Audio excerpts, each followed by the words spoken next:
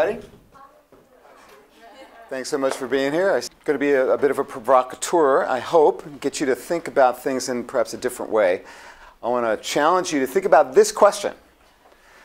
And when I ask it, I've been asking this question a lot now. People have been asking me, I've been asking them, we've been having all kinds of interesting conversations. Are you leading the life you want? Most people say no. So that seems sad to me. And it creates all kinds of opportunities for all of us to rethink, well, what does it mean to be leading the life you want? What do we know from research in leadership development and in work-life integration, which I've been doing for almost 3 decades now? What do we know about how to bring together the different parts of life for mutual gain? At a certain point very soon, I'm going to ask you to take out your smartphones or your computers and go to a site online and do an 18-item assessment. That'll take you about 3 minutes, which will hopefully provoke your thinking further. Let's start with this question, because this is about leadership and it's about work-life integration. It's really a marriage of those two fields, my approach. When I ask you this question, what comes to mind?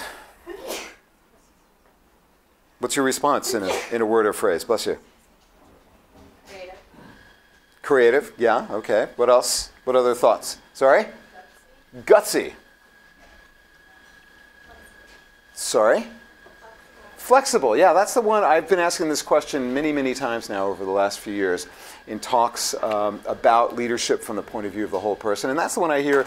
So we went out into the field and found, what is it that people do who are successful, and we found that there are these 3 principles that they follow, and they seem to countries. And I wrote about this in a book called Total Leadership, which created Total Leadership, which is about how to produce mutual gains, all right, in all the different parts. How to improve performance at work, at home, in the community, and for yourself. So it's about what I call 4-way wins, which are a lot more available to everyone than most people think.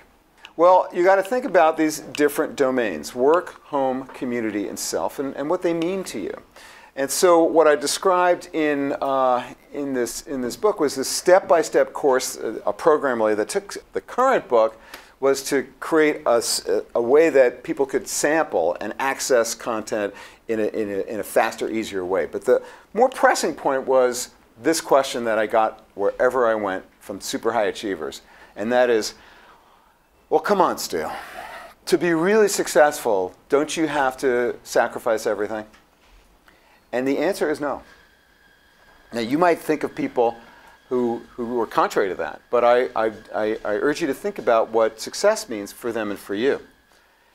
And you might be quite skeptical right now as I'm speaking and thinking, well, yeah, well, Stu, you don't really understand. You don't get it. You don't know my family. You don't know my business life. You don't know my career. You don't know where I come from. You don't know what I'm trying. Well, of course, I know none of those things.